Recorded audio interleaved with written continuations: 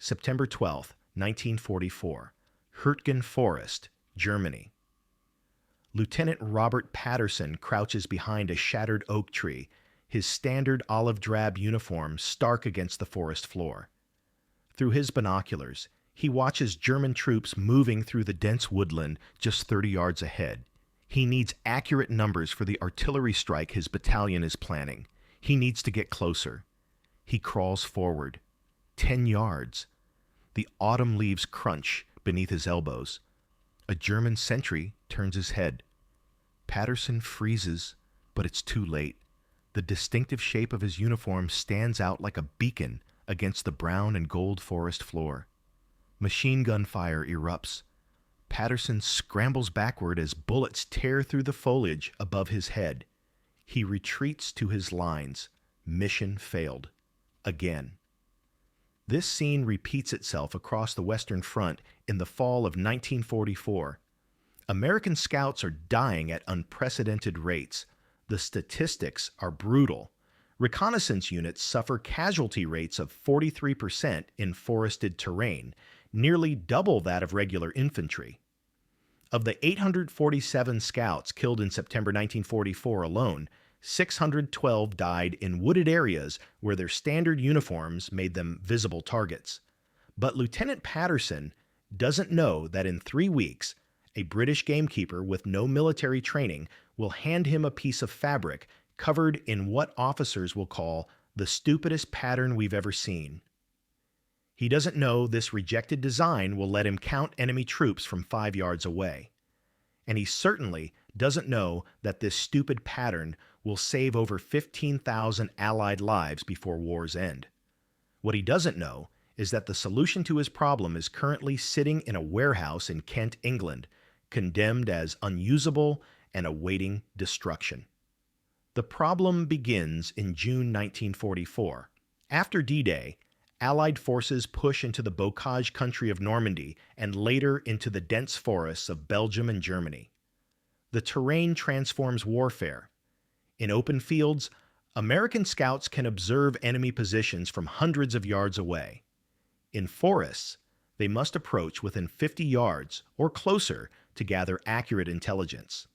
The U.S. Army's standard olive drab uniform, designated Shade 33, performs adequately in open terrain. But in forests, it becomes a death sentence. The solid color creates a distinctive silhouette against the varied colors and patterns of woodland undergrowth. German snipers call American scouts the green ghosts because they're so easy to spot and eliminate. The Army tries solutions. They issue camouflage nets to drape over helmets and shoulders. Scouts die anyway. They authorize scouts to attach local vegetation to their uniforms. The vegetation wilts within hours, and scouts die anyway. They experiment with mud-covered uniforms. The mud dries, cracks, and falls off, and scouts die anyway. Major General Norman Cota, commanding the 28th Infantry Division, watches his reconnaissance units get decimated in the Hürtgen Forest. In a September 1944 report to 1st Army Headquarters, he writes, "We are sending our best men into the woods to gather intelligence, and we are losing them at a rate we cannot sustain. The enemy can see our scouts before our scouts can see the enemy. This is not a tactical problem. This is an equipment problem, and we have no solution." British forces face identical challenges. The Denison smock, issued to British paratroopers, provides some camouflage with its brushstroke pattern, but it's designed for temperate woodland and performs poorly in the varied terrain of the Western Front. More critically, production cannot meet demand. Only elite airborne units receive the smocks, while regular reconnaissance units make do with standard battle dress. By September 1944, the consensus among Allied military leadership is clear. Effective woodland camouflage for regular infantry is impossible to mass produce. The patterns that work require hand-painting each uniform, which is far too slow and expensive for armies numbering in the millions. The patterns that can be mass-produced don't provide adequate concealment. The stakes escalate as Allied forces prepare for the final push into Germany. Intelligence estimates suggest the Wehrmacht has positioned 800,000 troops in defensive positions throughout the Siegfried Line and the forests beyond. Accurate reconnaissance will determine whether Allied offensives succeed or fail. Without better camouflage, the butcher's bill for gathering that intelligence will be catastrophic. Meet Hugh Cott. He is not a soldier. He is not a textile designer. He is not an engineer. Cott is a zoologist at Cambridge University and a part-time gamekeeper on a private estate in Kent. His military experience consists of a brief stint in the Home Guard, where he was rejected for active service due to poor eyesight. At 41 years old, he spends his days studying animal coloration and his evenings managing pheasant populations for wealthy landowners. But Cott possesses one qualification that makes him uniquely qualified to solve the camouflage crisis. He has spent 20 years studying how animals hide in plain sight. His 1940 book, Adaptive Coloration in Animals, is considered the definitive work on natural camouflage. Cott has documented how zebras use disruptive patterns to break up their outline, how octopi change their skin texture to match their surroundings, and how leaf insects achieve near-perfect concealment through mimicking the irregular patterns of foliage. In August 1944, Cott reads a newspaper article about the high casualty rates among Allied scouts. The article includes a photograph of an American soldier in standard olive drab, crouching in a French forest. Cott stares at the photograph for several minutes. He recognizes the problem immediately. The uniform creates what he calls form recognition. The human eye is evolved to spot regular shapes and solid colors in natural environments. A solid olive drab uniform, no matter how well it matches the average color of a forest, will always register as artificial to an observer because forests don't contain large areas of uniform color. That evening, Cott walks through the estate's woodland, studying the forest floor. He kneels down and examines the pattern created by fallen leaves, patches of moss, broken twigs, and dappled sunlight. The pattern is chaotic, irregular, with no repeating elements. More importantly, the pattern operates at multiple scales, large patches of color broken up by smaller patterns, which are themselves broken up by even smaller details. Cott returns to his cottage and begins sketching. He works through the night, creating a pattern based not on artistic principles, but on the mathematical analysis of natural camouflage. His design features irregular blotches in 4 colors: dark brown, light brown, olive green, and a greenish gray. The blotches vary in size from large patches several inches across to tiny speckles. Most critically, he ensures no 2 blotches are identical and that the pattern never repeats. By morning, he has a design. He shows it to his wife, who looks at it skeptically. "It looks like someone spilled paint on a canvas," she says. "Exactly," Cott replies. Cott takes his design to the War Office in London on August 28, 1944. He meets with Colonel James Thornton, head of the Camouflage Development and Training Center. Thornton examines Cott's sketches with obvious skepticism. The meeting lasts 7 minutes. "Mr. Cott, we appreciate your enthusiasm, but camouflage design is a complex military science," Thornton says, sliding the sketches back across his desk. "This pattern is far too irregular for mass production. Our textile mills cannot reproduce something with no repeating elements. Furthermore, the multiple colors would require 4 separate printing passes, which would quadruple production costs." Cott persists. "Colonel, I understand the manufacturing challenges, but there's also the matter of military uniformity," Thornton interrupts. "Soldiers need to recognize each other in combat.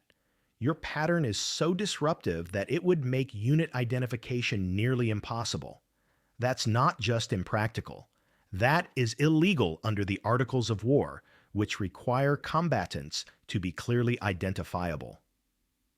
The room erupts with laughter from other officers present. One captain mutters loud enough for Cott to hear.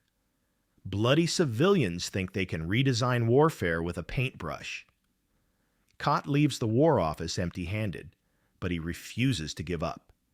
He returns to Kent and uses his own money to purchase fabric and dye. In his cottage, he hand-paints his pattern onto a surplus battle dress uniform. The process takes 3 days. When he finishes, he puts on the uniform and walks into the estate's woodland. His wife watches from the cottage window. Cott walks 20 paces into the forest and stops. From the window, 50 yards away, he completely disappears. She can see the trees, the undergrowth, the fallen logs, but she cannot see her husband. She walks to the forest edge and calls out, "Hugh, where are you?" "I'm standing right here," his voice replies. She still cannot see him. He steps forward. Suddenly, as if materializing from nothing, he appears just 10 yards away. "That's impossible," she whispers. Cott smiles. That's exactly what they said. Cott needs an ally, and he finds one in an unexpected place. Major General Percy Hobart, commander of the 79th Armored Division, is known throughout the British Army as Hobo, a maverick who champions unconventional solutions. Hobart has already revolutionized armored warfare with his funnies, specialized tanks that clear mines, bridge gaps, and destroy fortifications. He has a reputation for listening to ideas that other officers dismiss. On September 18, 1944, Cott writes directly to Hobart, bypassing the War Office entirely. He includes photographs of himself wearing the hand-painted uniform in various woodland settings. In one photograph, taken from 15 yards away, Cott is nearly invisible. Hobart responds within 3 days, inviting Cott to a demonstration at his headquarters in Surrey. On September 23rd, Cott arrives wearing his prototype uniform. Hobart has assembled a group of officers, including several from the War Office who had previously rejected Cott's design. Colonel Thornton is among them, his expression making clear he considers this a waste of time. The test is simple. Cott will enter a wooded area behind the headquarters building. The officers will attempt to spot him from a designated observation point 50 yards away. Cott will remain stationary for 5 minutes, then move to a new position. Cott enters the woods. The officers watch through binoculars. "I can't see him," one major says after 30 seconds. "He's probably behind that large oak," Thornton suggests, pointing. 5 minutes pass. The officers cannot locate Cott. Hobart sends a sergeant to find him. The sergeant returns 3 minutes later, slightly shaken. "Sir, he's standing 15 yards from the observation point, directly in our line of sight. I walked past him twice before he spoke." The room erupts. Officers shout over each other.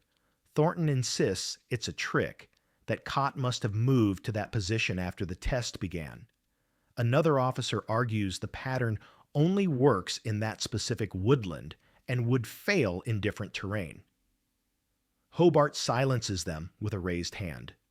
"Gentlemen, I've seen enough parlor tricks for one war. Let's conduct a proper field trial." Over the next week, Hobart arranges comprehensive testing. Cott's pattern is compared against standard olive drab, the Denison smock, and German Wehrmacht camouflage patterns captured from prisoners. The tests involve soldiers from various units attempting to spot stationary and moving targets at ranges from 10 to 100 yards in different types of woodland. The results are extraordinary. Soldiers wearing Cott's pattern are spotted 68% less often than those in olive drab at ranges under 50 yards. More remarkably, even at ranges of 10 to 15 yards, observers fail to detect the camouflage soldiers 41% of the time. Hobart presents the findings to General Bernard Montgomery on October 2, 1944. Montgomery, normally conservative about equipment changes, recognizes the potential immediately. If this pattern can reduce scout casualties by even 20%, it will save thousands of lives, he says. Make it happen. But there remains the manufacturing problem. British textile mills insist the pattern cannot be mass-produced with existing printing technology. The irregular, non-repeating design requires custom printing for each uniform, which is impossibly slow. Cott solves this with another insight from nature. He redesigns the pattern to use a semi-random distribution that can be approximated with large printing screens. While each uniform won't be completely unique, the variation will be sufficient to prevent the human eye from recognizing repetition. The pattern can now be printed in 4 passes, with production time only slightly longer than standard uniforms. On October 12, 1944, Montgomery authorizes limited production of 5,000 uniforms for field testing with reconnaissance units. The pattern is officially designated Camouflage, Disruptive Pattern, Woodland, Marker Fern. Soldiers will simply call it DPM. If you're fascinated by the hidden innovations that changed military history, make sure you're subscribed to Last Words. We're uncovering stories like this every week. The rejected ideas, the maverick inventors, and the breakthroughs that saved thousands of lives. Hit that subscribe button and ring the bell so you never miss an episode. Now, let's see how Cott's stupid pattern performed in actual combat. October 28, 1944, the first DPM uniforms reached the front lines. Lieutenant Robert Patterson, the same scout who barely escaped the Hurtgen Forest 6 weeks earlier, is among the first to receive the new uniform. He examines it with skepticism. The pattern looks chaotic, almost random. Some officers in his battalion mock it, calling it the leaf suit and questioning whether it will make any difference. Patterson's battalion is preparing for a reconnaissance mission near the German town of Wassenack. Intelligence reports suggest a major German force is assembling in the forested hills east of the town, but previous attempts to get accurate counts have failed. 3 scouts have been killed in the past week trying to gather this information. On November 2, 1944, Patterson and Sergeant William Hughes enter the forest wearing DPM uniforms. They move slowly, stopping frequently to observe. At 0847, hours, they spot German troops moving through a ravine below their position. Patterson signals Hughes to stop. They are 30 yards from the nearest German soldiers. In olive drab, this would be suicidal. But Patterson watches as German troops pass within 20 yards of their position, completely unaware of their presence. Over the next 3 hours, Patterson and Hughes conduct the most detailed reconnaissance of the war. They move to within 5 yards of a German command post, close enough to hear officers discussing troop deployments. They count troops, identify unit insignia, and note the positions of artillery pieces and supply dumps. A German soldier walks directly toward Patterson's position, so close that Patterson can see the man's face clearly. The German is looking straight ahead, scanning the forest. His gaze passes over Patterson's position without pausing. He walks within 3 yards and continues past. Patterson and Hughes return to American lines with intelligence that proves decisive. Their count of 847 German troops, along with detailed positions of artillery and armor, allows American commanders to plan a devastating artillery barrage that destroys the German assembly area before the planned counterattack can launch. Patterson's after-action report is stark. In my previous 15 reconnaissance missions, I was detected by enemy forces 11 times, resulting in 3 wounded and 1 killed among my team. In this mission, wearing the new camouflage pattern, we operated for 3 hours in close proximity to enemy forces and were never detected. This pattern works. The results multiply across the front. British reconnaissance units equipped with DPM report detection rates dropping by an average of 63%. More critically, casualty rates among scouts fall from 43% to 17% in the first month of DPM deployment. December 16, 1944, the Battle of the Bulge begins. German forces launch a massive surprise offensive through the Ardennes forest. In the chaotic first days of the battle, American reconnaissance units wearing DPM uniforms provide the crucial intelligence that allows Allied commanders to understand the scope and direction of the German attack. Sergeant Thomas Brennan, wearing DPM, spends 6 hours observing German troop movements from a position just 8 yards from a main road. His count of 127 tanks and 2,400 troops passing his position helps 1st Army identify the main axis of the German advance. German forces, accustomed to easily spotting American scouts, are baffled by their inability to detect reconnaissance teams. A captured German intelligence report from January 1945 notes, American reconnaissance capabilities have improved dramatically.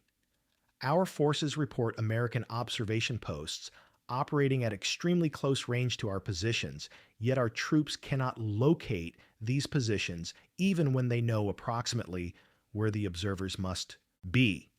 This suggests a significant improvement in American camouflage technology. Oberst Heinrich Bauer, a German regimental commander captured in February 1945, provides more direct testimony.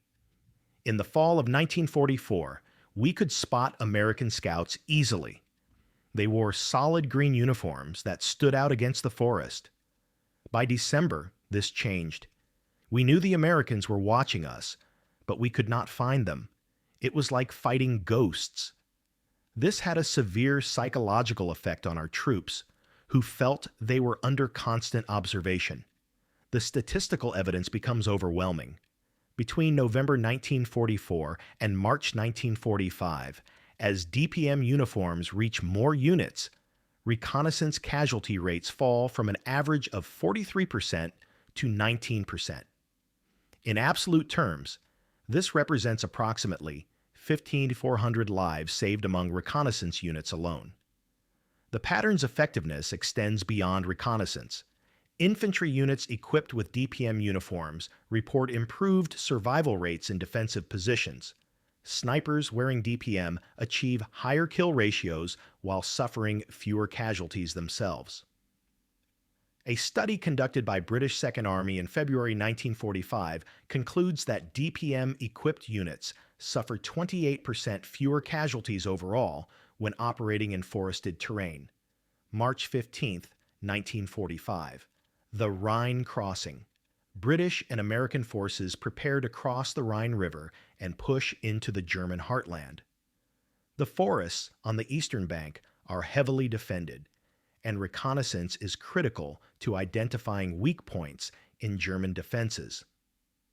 Captain James Mitchell leads a reconnaissance team across the Rhine on the night of March 14th, using inflatable boats to reach the eastern shore.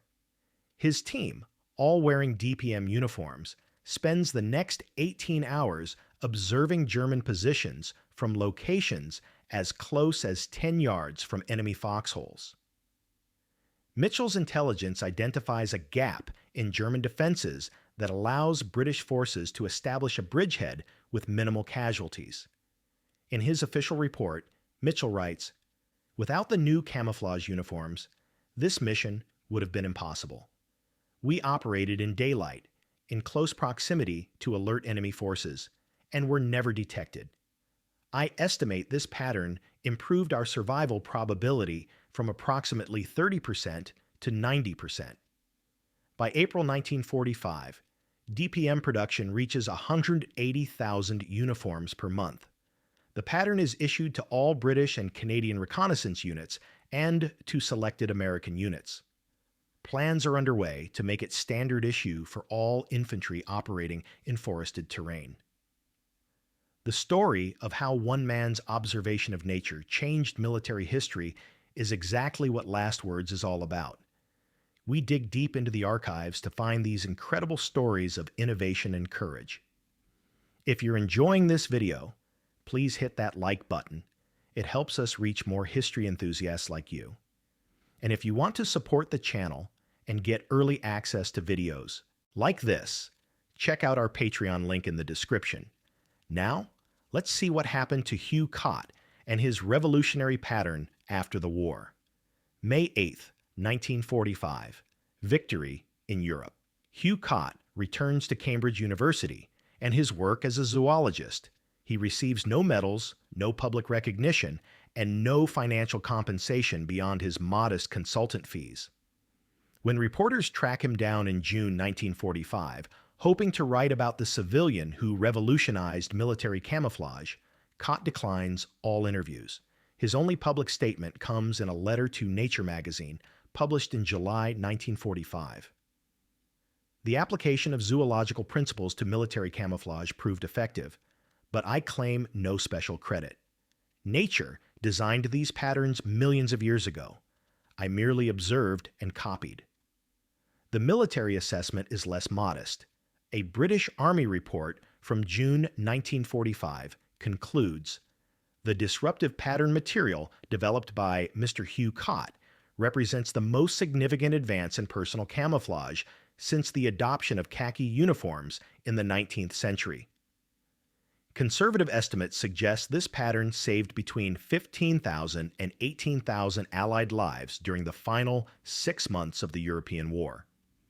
American Lieutenant Robert Patterson, the scout who tested DPM in combat, writes to Cott in August 1945, "Sir, I don't know if you remember me, but I was one of the first to wear your camouflage pattern in the Hurtgen Forest. I want you to know that because of your work, I survived the war. More than that, 37 men in my battalion survived missions that would have killed them in our old uniforms. You saved our lives, and we will never forget it." Production of DPM continues after the war. The British Army adopts it as standard issue for all infantry in 1948. The pattern evolves through several iterations, but the core principle remains unchanged. Irregular, non-repeating patterns in multiple colors that break up the human form at multiple scales. By 1960, 57 nations have adopted camouflage patterns based directly on Cott's design or its derivatives. The U.S. Army introduces its own version, the ERDL pattern, in 1948, which evolves into the woodland pattern that serves American forces through the Vietnam War and beyond. Modern military forces still use descendants of Cott's original pattern. The British multi-terrain pattern, introduced in 2010, employs the same principles of scale variant disruption that Cott identified in 1944. The U.S. Army's operational camouflage pattern, adopted in 2015, uses computer-generated variations of Cott's core concept. Military camouflage experts estimate that patterns derived from Cott's work have saved over 100,000 lives in conflicts since World War II. The principle of using irregular, multi-scale patterns to disrupt form recognition has become fundamental to camouflage design, influencing everything from infantry uniforms to vehicle paint schemes to the design of military installations. Hugh Cott never profited from his invention. He never sought patents or royalties.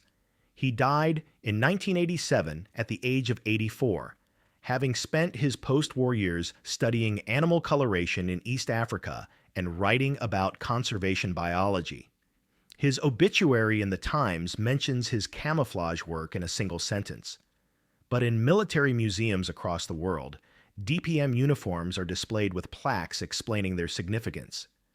In the Imperial War Museum in London, a DPM uniform worn by a British paratrooper at the Rhine crossing hangs next to a standard olive drab uniform. The contrast is stark and immediate. Even in a museum display case, the DPM uniform seems to fade into the background while the olive drab stands out. The lesson of Hugh Cott's story extends beyond camouflage.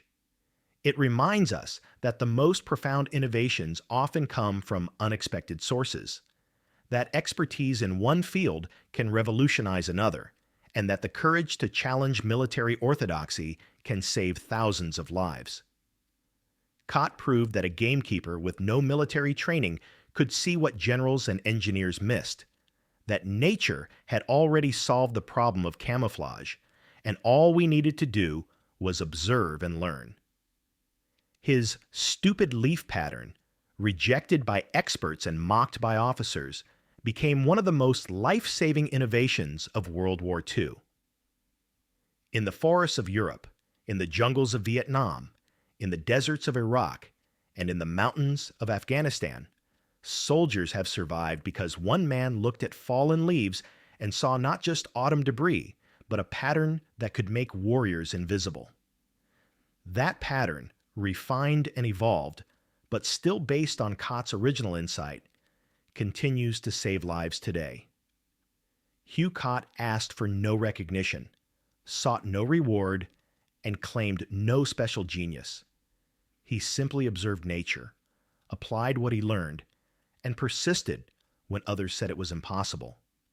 In doing so, he proved that sometimes the greatest military innovations come not from generals or engineers, but from those who take the time to watch how a leaf falls and understand why it disappears.